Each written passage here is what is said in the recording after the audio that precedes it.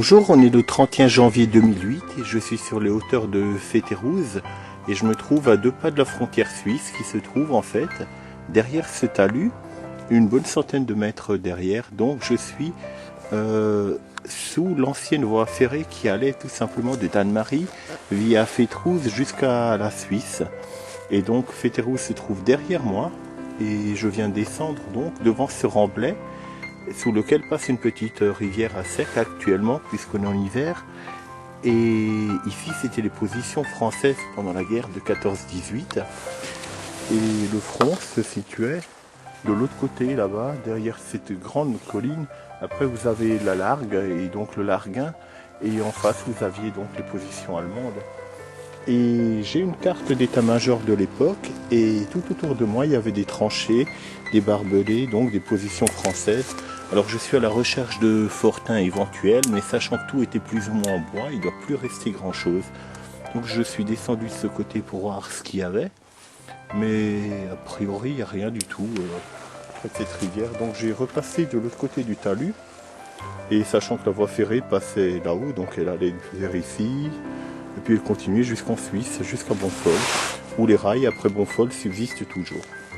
Donc ici je trouverai rien, je vais aller voir de l'autre côté en me fiant à ma carte, sachant qu'elle est précise, mais elle est de 1916, les choses ont bien changé depuis. Donc par contre ça c'est d'origine. Donc je vais aller de l'autre côté. De l'autre côté du talus, donc j'étais de l'autre côté, et je descends donc ces remblais de ballast et de terre, pour aller voir de l'autre côté du tunnel de la petite rivière, et sur mes cartes il y avait quelque chose ici de la guerre, mais sans préciser ce que c'est juste un point rouge. Donc était-ce également un abri? Ce dont je doute.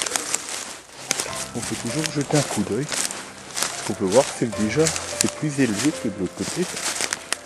Donc je vais me rapprocher au maximum. Effectivement, la galerie est beaucoup plus haute. Je vais voir. Oui, c'est une si petite rivière. Et vous voyez où j'étais avant. Donc on voit, par contre une partie s'est éboulée. Donc je vais prendre une photo.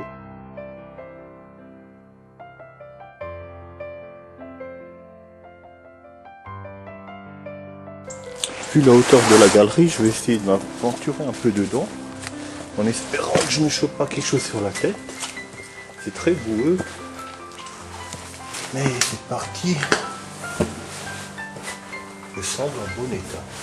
Donc je suis sous la voûte, vous voyez comme c'était maçonné. Je vais essayer d'avancer un petit peu.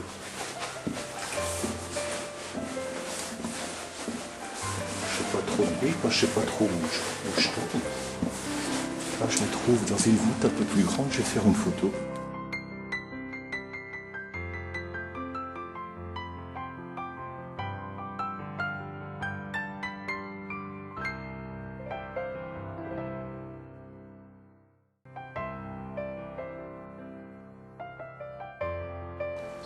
Je voulais vérifier qu'il n'y avait pas de galerie annexe et il n'y en a pas. Donc je vais sortir d'ici. Donc je suis en fait dans la rivière, vous voyez que même le fond est pavé. Donc c'est une longue galerie, elle doit bien faire 90 mètres de long. Et je n'ai pas ma lampe pour aller jusqu'au bout, mais de toute façon on n'y verrait pas grand chose. Donc voilà, je sors de là-dedans. Et je vais remonter à la surface. Vous voyez, il y a bien 30 mètres à gravir. Donc je rallumerai si je trouve autre chose. Je vais aller rejoindre l'ancien pont de chemin de fer qui a été dynamité par là-bas. Peut-être qu'il y aura autre chose aux alentours. Faire plusieurs centaines de mètres et j'ai parcouru toute la forêt en suivant toutes les positions de ma carte. Malheureusement, je n'ai rien trouvé, hormis des restes de tranchées quasiment comblés. Et le temps a fait son œuvre, tout a été enlevé. Et s'il y avait des blocs, ils doivent être complètement enfouis sous la végétation. Et puis sachant que c'était des positions françaises, souvent ils faisaient des abris en bois. Donc depuis 1914 et maintenant qu'on est en 2008, c'est le temps de partir. Donc je suis au-dessus d'une petite colline qui surplombe, vous voyez le grès rose des Vosges. L'ancien pont qui était ici, ne me demandez pas où il allait, j'en sais rien. Tout ce que je sais, c'est que Durlinsdorf et la Largue, c'est par là, donc le front, et par là-bas, c'est Fétérouze, donc côté français. Et voilà ce que je peux vous montrer en image vue de là-haut. Et je vais descendre en bas de ce chemin qui n'est autre que l'ancienne voie ferrée. Donc par là-bas, ça allait à Bonfol en Suisse, à environ 3 km. Et par là-bas, 2 km en arrière, vous avez la gare de Fétérouze, évidemment, qui est changée en lotissement maintenant. Il n'y a plus de train qui passe depuis Belle-Lurette. Maintenant, c'est une piste cyclable qui va de la gare de Fétérouze jusqu'à Danemarie pratiquement. Donc je vais descendre et filmer ça de près. Peut-être qu'il y avait une fortification, on va aller savoir. Donc ici, je n'ai rien trouvé, hormis, comme je vous ai dit, des restes de tranchées. Vous en voyez une petite ici, ça vous donne une idée, on ne la voit quasiment pas. Donc je vais descendre et rallumer un peu. Voici à présent au pied de ce pont qui a été démoli. Et après avoir regardé sur ma carte, je sais maintenant où il allait tout simplement. Donc voilà, ici on est sur l'ancienne voie de chemin de fer, direction Bonfol en Suisse, devant moi, et à 180 degrés, direction Fétérouze. Donc sachant que c'était la voie de chemin de fer, ici vous voyez un reste de grès rose des Vosges. C'était le deuxième pilier du pont, voici le premier. On reconnaît encore un des poteaux sans doute télégraphiques qu'il y avait à l'époque. Voici la structure qui le tenait.